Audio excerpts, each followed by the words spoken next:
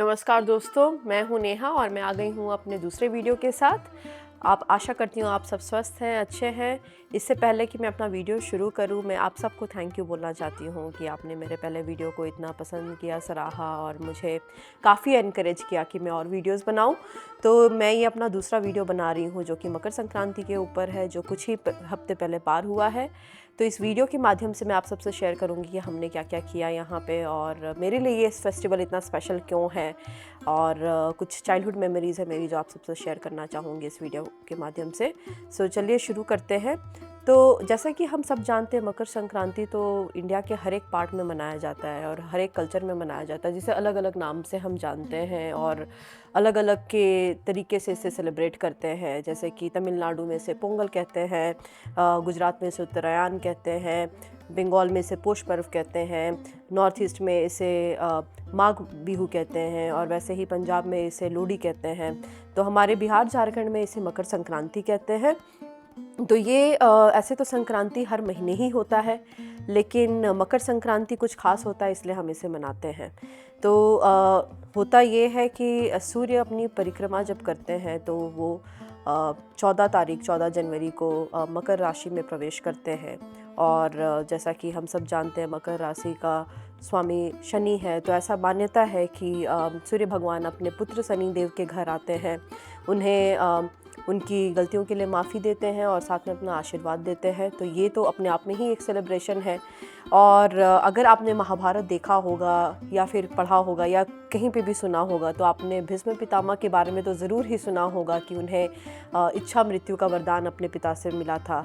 तो जब वे कुरुक्षेत्र के युद्ध में अर्जुन से घायल हो गए थे, तो उन्होंने अपनी इच्छा व्यक्त की थी कि वे अपने प्राण मकर संक्रांति के दिन ही त्यागेंगे, क्योंकि ये बहुत ही एक शुभ दिन है और ऐसा करने से उन्हें मोक्ष की प्राप्ति होगी। तो ये कुछ बातें हो गई हमारे ऐतिहासिक ग्रंथों की। इस एक और कहानी है जो मकर संक्रांति से जुड़ी हुई है। अगर आपने भगीरथ के बारे में पढ़ा होगा तो आपने सुना होगा कि भगीरथ ने कड़ी तपस्या की थी शिव जी की, अपने पूर्वजों को श्राप से मुक्त कराने के लिए, और उसकी तपस्या से प्रसन्न होकर शिव जी ने उन्हें वरदान दिया था, जिससे कि गंगा माँ को तो उन्होंने अपने जटाओं में समाया ही था, लेकिन एक बूंद इस धरती पे भी गिराई थी जिससे गंगा माँ उत्पन्न हुई और भगीरथ ने उसमें डुबकी लगाया, अपने पूर्वजों के लिए पिंडदान किया और सबको अपने इस श्राप से मुक्त किया। तो ये भगीरथ की कहानी है और कई हिंदूज़ इस बात को बहुत बिलीव भी करते हैं और मुझे लगता है ये मान्यता है हर जगह पे कि आप देखेंगे कि 14 जनवरी को लोग गंगा सागर स्नान करते हैं। तो इसी तरीके से वो अपने दिन की शुरुआत करते हैं और कई लोग बहुत दूर दूर भी जाते हैं ये स्नान करने के लिए। तो ये हम हिंदूज़ बहुत इस बात पे बिलीव करते हैं। लेकिन सब जगह पे तो ये ऑप्शन नहीं होता है, तो बहुत लोग घर पे भी मनाते हैं, घर पे जो कुछ भी वो अपने तरफ से कर सकें वो करते हैं। तो मैं बताऊंगी हमने यहाँ कनाडा में क्या किया। तो कनाडा में उस दिन वीकडे था तो हम बहुत ज़्यादा कुछ तो नहीं कर पाए, लेकिन थोड़ा बहुत जो भी हमसे हो पाया, और मुझे ये फेस्टिवल पसंद है काफ़ी, तो इसलिए जो कुछ भी हम कर सकते थे वो हमने किया।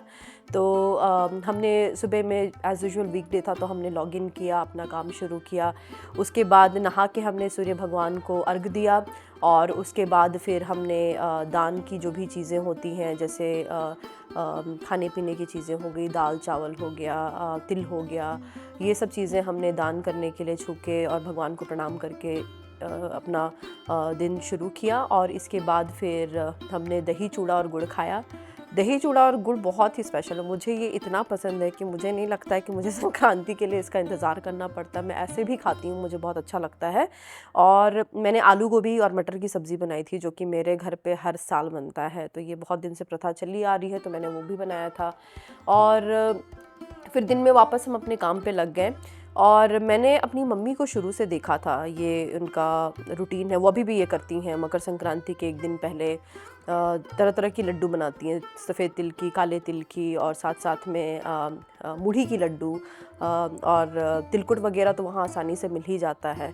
तो मैंने भी यहाँ बहुत कोशिश की तिलकुट ढूंढने की, मुझे वो बहुत ही ज़्यादा पसंद है।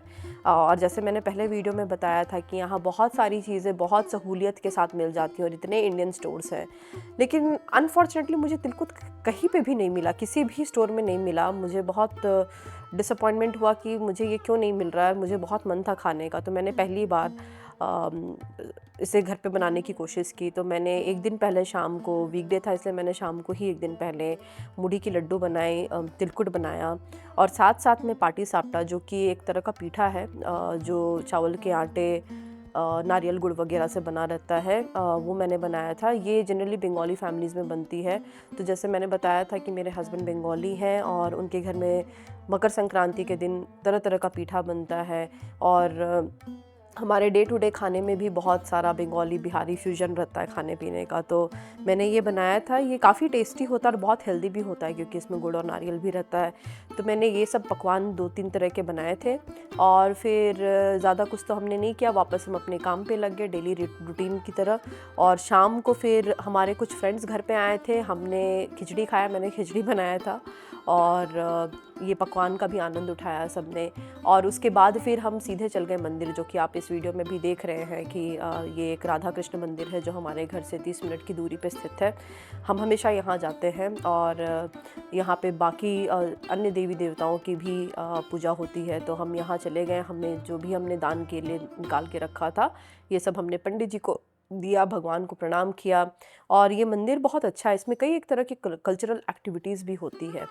और जैसे कि दिवाली, उसके बाद दशहरा, इस वक्त में यहाँ काफ़ी सेलिब्रेशन होता है, और हर मंगलवार और शनिवार को यहाँ पे सुंदरकांड का पाठ होता है, और उसके बाद खाने पीने का अरेंजमेंट होता है, जो कि काफ़ी स्टूडेंट वॉलंटियर्स और हम जैसे लोग ही जाके करते हैं।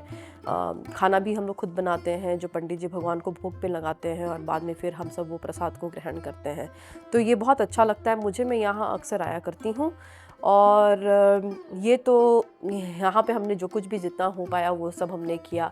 कुछ बातें हैं मेरे चाइल्डहुड की जो कि मैं शेयर करूँगी इस वीडियो को एंड करने के पहले, कि बचपन में मुझे याद है हमारी छुट्टी हुआ करती थी मकर संक्रांति की, और किसी छुट्टी में देर तक सोना अच्छा नहीं लगता, लेकिन मेरी मम्मी सुबह हमें उठा देती थी और हमें नहाना पड़ता था, जो अपने आप में एक टास्क होता था क्योंकि इतनी ठंड पड़ती थी उसमें नहाना। उसके बाद हम नहाते थे और नहा के फिर हम तिलकुट खाते थे और फिर हम चूड़ा दही खाते थे। तो ऐसे हम अपना दिन शुरू करते थे।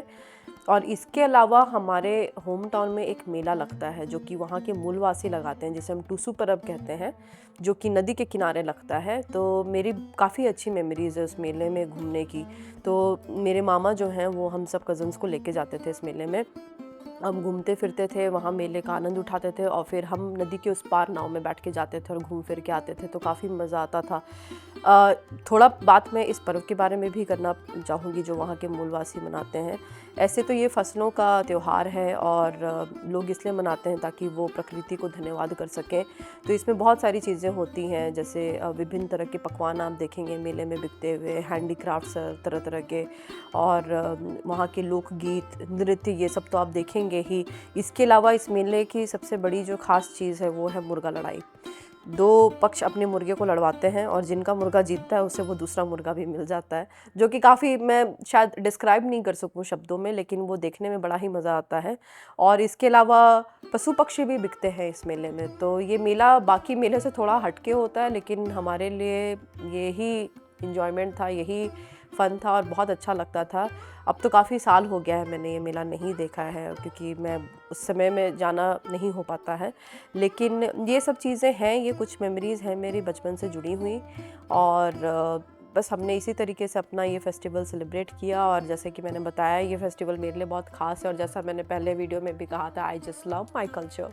तो मैं बस इसी बात से इस वीडियो को एंड करूँगी, और आप सबसे फिर दूसरे वीडियो में मुलाकात होगी। तब तक के लिए प्रणाम।